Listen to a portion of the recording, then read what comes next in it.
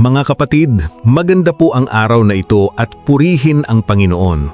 Ang title ng ating pag-aaralan ngayon ay Huwag mong kalimutan ang salita ng Diyos. Ito ay hango sa Proverbs 3 verses 1 to 4. May isang tanong po ako sa inyo. Alam ba natin ang salita ng Diyos? Pero ginagawa ba natin ito sa araw-araw nating buhay? Kasi totoo po, marami sa atin alam ang Bible, nakakarinig ng preaching, active sa church, pero pagdating sa totoong buhay, nakakalimutan natin ang Word of God. Hindi natin naa-apply at minsan sarili pa rin ang nasusunod. Mga kapatid, hindi sapat na alam mo ang salita ng Diyos. Kailangan isabuhay mo ito. Ang Proverbs ay isinulat ni King Solomon, isang hari na binigyan ng Diyos ng karunungan. Ang buong aklat ay parang isang ama na nagtuturo sa kanyang anak kung paano mamuhay ng may karunungan sa harap ng Diyos. Kaya madalas mong maririnig sa Proverbs ang salitang, "My son." Ibig sabihin po nito, ang mensahe ay personal, praktikal at pang-araw-araw na buhay. Basahin po natin ang text. "My son, do not forget my teaching, but keep my commands in your heart."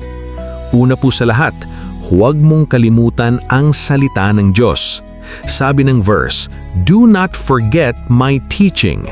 Ibig sabihin, huwag mong pabayaan, huwag mong baliwalain, at huwag mong ihiwalay sa buhay mo ang salita ng Diyos. Ang teaching dito ay hindi lang information, ito ay guidance for life, direksyon kung paano mamuhay ng tama. Kaya mga kapatid, ang Word of God ay hindi lang para alam natin, kundi para sinusunod natin.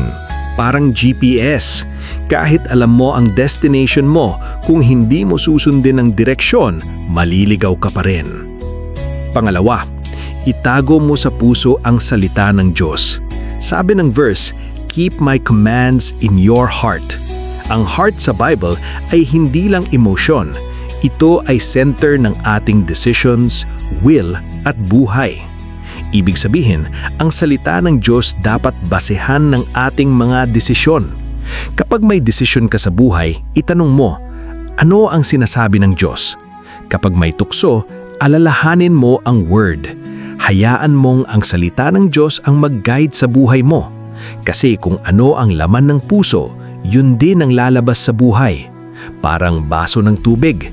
Kung ano ang laman, yun ang mabubuhos kapag natabig. Pangatlo, may bunga ang pagsunod sa salita ng Diyos.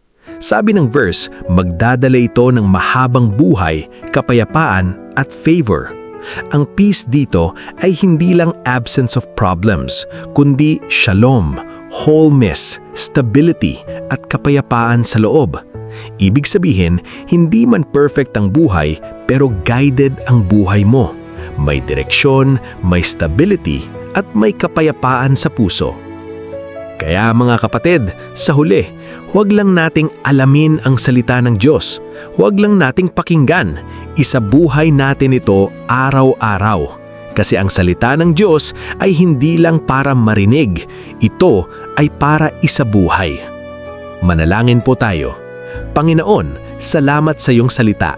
Tulungan mo kami na hindi lang maging tagapakinig, kundi maging tagatupad nito. Itanim mo ito sa aming puso at gabayan mo ang aming buhay araw-araw. Sa pangalan ni Jesus, Amen.